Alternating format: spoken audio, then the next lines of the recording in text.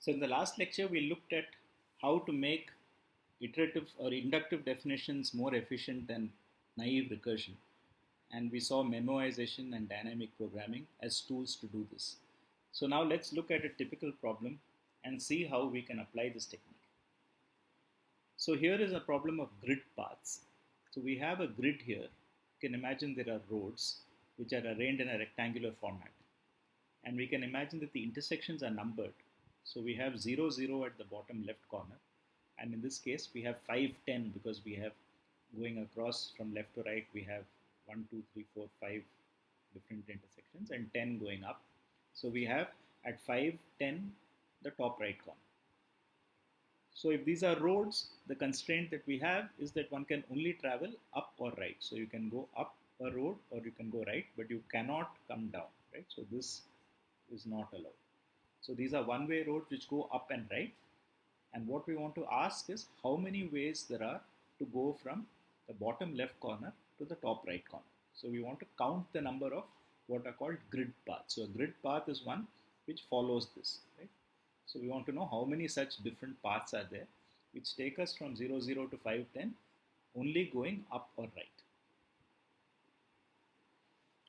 So here is one path drawn in blue. Here is a different path drawn in red, and notice that these two paths actually start in different directions from the first point and they never meet except at the target. So they don't overlap at all. On the other hand, we could have paths which overlap. So this yellow path overlaps for part of its way with the blue path in this section, and it also overlaps with the red path in two portions. Right? So there are many different ways in which we can choose to make these up and right moves, and the question is how many total such different paths are there. So there is a very standard and elegant combinatorial solution to it. So one way of thinking about this is just to determine how many moves we have to make. We have to go from 0 to 5 in one direction and 0 to 10 in the other direction. So we have to make a total number of 5 horizontal moves and 10 vertical moves. In other words, every path, no matter which direction we started in and which choice of moves we make, must make 15 steps. And of these, 5 must be horizontal steps and 10 must be vertical steps because they all take us from 0, 0 to 5, 10. So all we have to do, since we know that these 5 steps are horizontal and 10 are vertical, is to just demarcate which ones are horizontal, which are vertical. Now once we know which ones are horizontal, we know what sequence they come in, because the first horizontal step takes us from column 0 to column 1. The second one takes us from 1 to 2. So we can't do it in any order other than that. Right? So we have, in other words, we have 15 slots where we can make moves, and then we just say, okay, first we make an up move, then we make a right move, then we make an up move, then make another up move, and so on. So every path can be drawn out like this as 10 up moves and 5 right moves, and if we fix the 5 right moves, then automatically all the remaining slots must be 10 up moves, or conversely. Right? So it's either 15 choose 5, which is the way of choosing 5 positions to make the right move out of the 15, and it turns out that the definition of 15 choose 5 is clearly the same as 15 choose 10, because we could also fix the 10 up moves, and the definition is basically, if you know the definitions, n choose k is n factorial upon k factorial into n minus k factorial. Right? So this k and n minus k basically says that 15 minus 5 is 10, so we get a symmetric function in terms of k and n minus k. So in this case, we can apply this formula, if you would like to call it that, and directly get that the answer is 3003. So there doesn't appear to be much to compute other than writing out large factorials and then seeing what the number comes. But the problem becomes more interesting if we constrain it by saying that some of these intersections are blocked. For instance, supposing there is some road work going on and we cannot go through this intersection 2, 4. Right? So this is the intersection 2, 4, the second column, and the fourth row counting from below. Right? It's actually 2, 3, but 1, 2, 3, 4. Yeah, 2, 4. So now, if we can't go through this, then any path which goes through this particular blocked intersection should no longer be counted. Out of those 3003, some paths are no longer valid paths. For instance, in the earlier thing, the blue path that we had drawn actually goes through this. Okay, the red path does not. But the yellow path overlapped with the blue path, unfortunately, in this bad section, so it also passed through this. So there are some paths which are allowed from the 3003 and some which are not. So how do we determine how many paths survive this kind of block? So again, we can use a combinatorial argument. In order to be blocked, a path must go to 2, 4 and then from 2, 4 to 5, 5. So if we could only count how many paths go from 0, 0 to 2, 4 and then how many paths go from 2, 4 to 5, 10, these are all the bad paths. So we can count these bad paths and subtract them from the good paths. How do we count the bad paths? Well, we can just solve a smaller version of the problem. So we have an intermediate target. So we solve this grid. How many paths go from here to here? How many paths go from here to here? Right? So from 0, 0 to 2, 4, we get 4 plus 2. Remember, it's 10 plus 5. It was at the target. So 4 plus 2, choose 2. So we get 15. And from here to here, the difference is that we have to do in both directions 3 and so we have to go, we have to go up 6 and we have to go right 3, right? We are at 2, 4. So we have to go from 4 to 10 and from 2 to 5. So we have 6 plus 3, choose 3, 84 ways of going from 2, 4 to this. And each of the ways in the bottom can be combined with the way on the top. So we multiply this and we get 1260 paths which pass through this bad intersection. We subtract this from the original number 3003 and we get 1743 paths which remain. So our combinatorial approach still works. Now what happens if we put two such intersections? Okay, so we can do the same thing. We can count all the paths which get blocked because of the first intersection. We can count all the paths which pass through. In this case, 4, 4 is the second intersection which has been blocked. So we can count all these paths which pass through 4, 4. So this we know how to do. We just computed it for 2, 4. But the problem is that there are some paths like the yellow path which pass through both 2, 4 and 4, 4. So we need a third count. We need to count paths which pass through both of these and make sure we don't double count them. Okay, so one way is that we just add these back. So this is something which is called in combinatorics inclusion and exclusion. So when we have these overlapping exclusions, then we have to count the overlaps and include them back. And we have to keep doing this step by step. So if we have 3 holes, we get an even more complicated inclusion-exclusion formula. And it rapidly becomes very complicated even to calculate the formula that we need to get. So is there a simpler way to do this? So let us look at the inductive structure of the problem.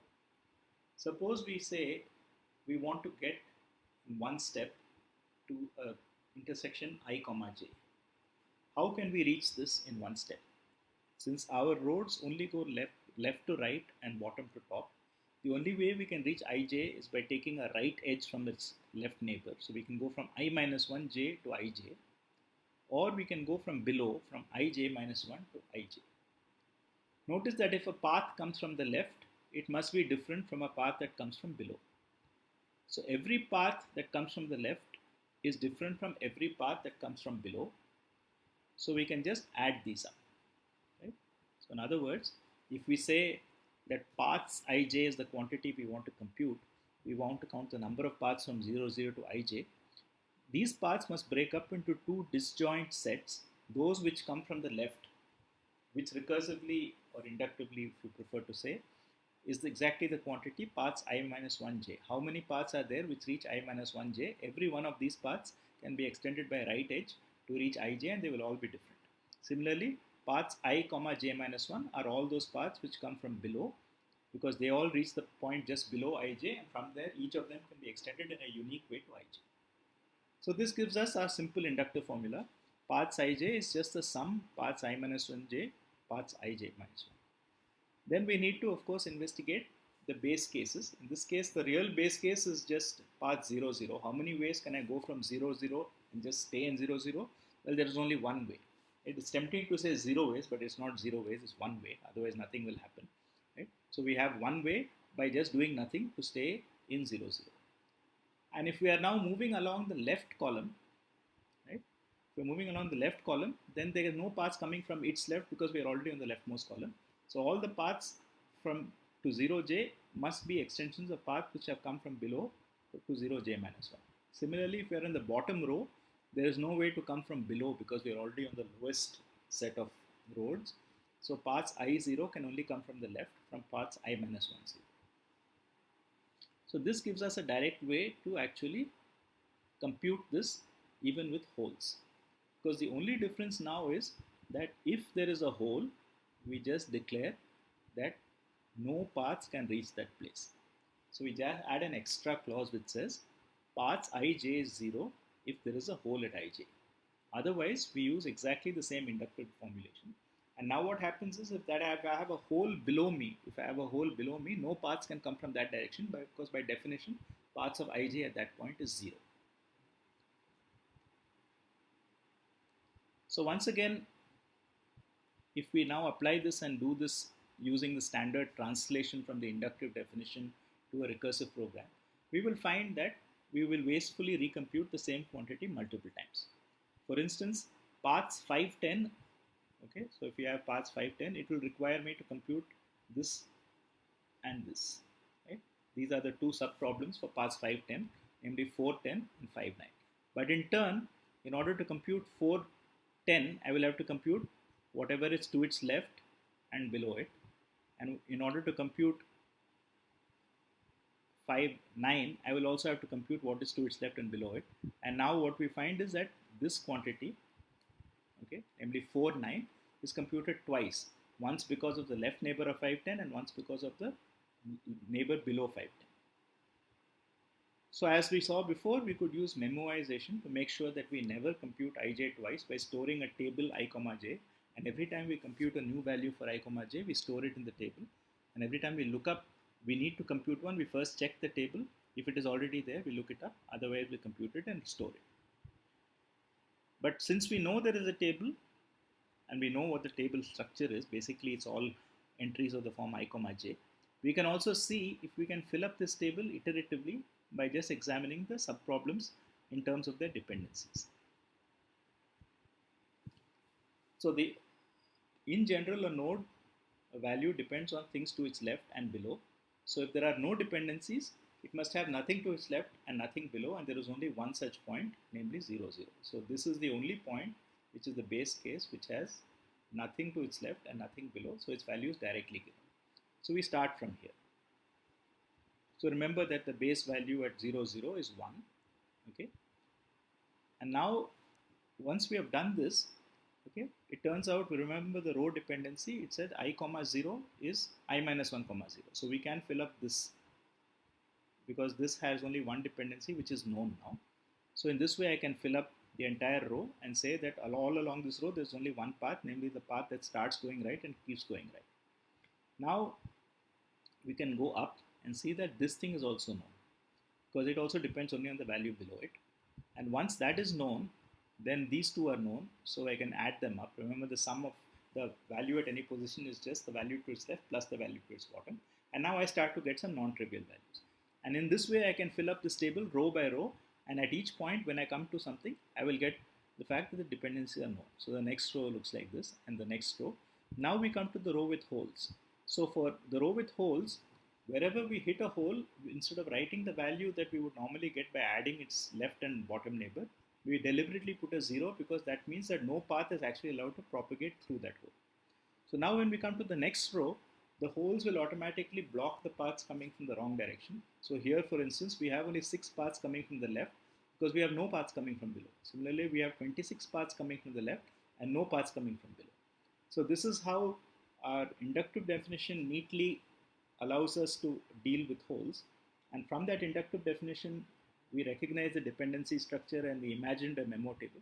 And now we are filling up this memo table row by row so that at every point when we reach an ij value, its dependent values are already known. So we can continue doing this row by row and eventually we find that there are 1363 paths which avoid these two. So we could also do the same thing in a different way. Instead of doing the bottom row, we can do the left column. And the same logic says that we can go all the way up, then we can start in the second column, go all the way up and do this column by column, and not unexpectedly you should get the same answer. There is a third way to do this. Okay? So once we have 1 at 0, 0, then we can fill both the first element above it and the first element to its right. So we can do this diagonal. Now notice that any diagonal value like this one has both its entries, right? So this has only one entry. So I can now fill up this diagonal. So I can go one more diagonal. then I can go one more diagonal. So we can also fill up this thing diagonal by diagonal. So the dependency structure may not require us to fill it in a particular way. We might have very different ways to fill it up. All we want to do is systematically fill up this table in an iterative fashion, not recursively. We don't want to call f of ij and then look at f of I minus 1j. We want to directly say when we reach ij, we have the values we need. But the values we need could come in multiple different orders. So we could have done it row wise, we could have done it column wise, and here you see we can do it diagonally. But it doesn't matter so long as we actually get all the values that we need. So one small point, so we have said that we can use memoization or we can use dynamic programming. One of the advantages of using dynamic programming is it avoids this recursive call. So recursion we had mentioned earlier also in some earlier lecture comes with a price, because whenever you make a recursive call, you have to suspend a computation, store some values, restore those values. So there is a kind of administrative cost with recursion. So actually, though it looks like only a single operation when we call fib of n minus 1 or fib of n minus 2, there is actually a cost involved with suspending this operation, going there and coming back. So saving on recursion is one important reason to move from memoization to dynamic programming. But what dynamic programming does is to evaluate every value regardless of whether it's going to be useful for the final answer or not. So in the grid pathing, there is one situation where we can illustrate this. Imagine that we have these obstacles placed exactly one step inside the boundary. So now if you want to reach this, it's very clear that I can only come all the way along the top row or all the way up the rightmost column. There's no other way I can reach there. So anything which is inside these positions, there is no way to go from here out. So there's no point in counting all these values. Okay. So we have this region which is in the shadow of these obstacles, which can never reach the final thing. So when we do memoization, when we come back and recursively explore, it will never ask us to come here because it will never pass these boundaries. On the other hand, our dynamic programming will blindly walk through everything. So it will do row by row, column by column, and it will eventually find the zeros, but it will fill the entire n by m grid. So in this case, how many will memoization do? It will do basically only the boundary. So it will do only order m plus n, right? So we have a memo table which has only a linear number of entries in terms of the rows and columns, and a dynamic programming entry which is quadratic. Okay, if both are n, it will be n square versus 2n. So this suggests that dynamic programming in this case is wastefully computing a vast number of entries. So n square is much larger than 2n, remember. Okay, so it will take us enormous amount of time to compute it if we just count the cost of the per entry. But the flip side is that each entry that we need to add to the memo table requires one recursive call. So the reality is that these recursive calls will typically cost you much more than the wastefulness of computing the entire table. So in general, even though you can analyze the problem and decide that memoization will result in many fewer new values being computed than dynamic programming, it is usually sound to just use dynamic programming as the default way to do the computation.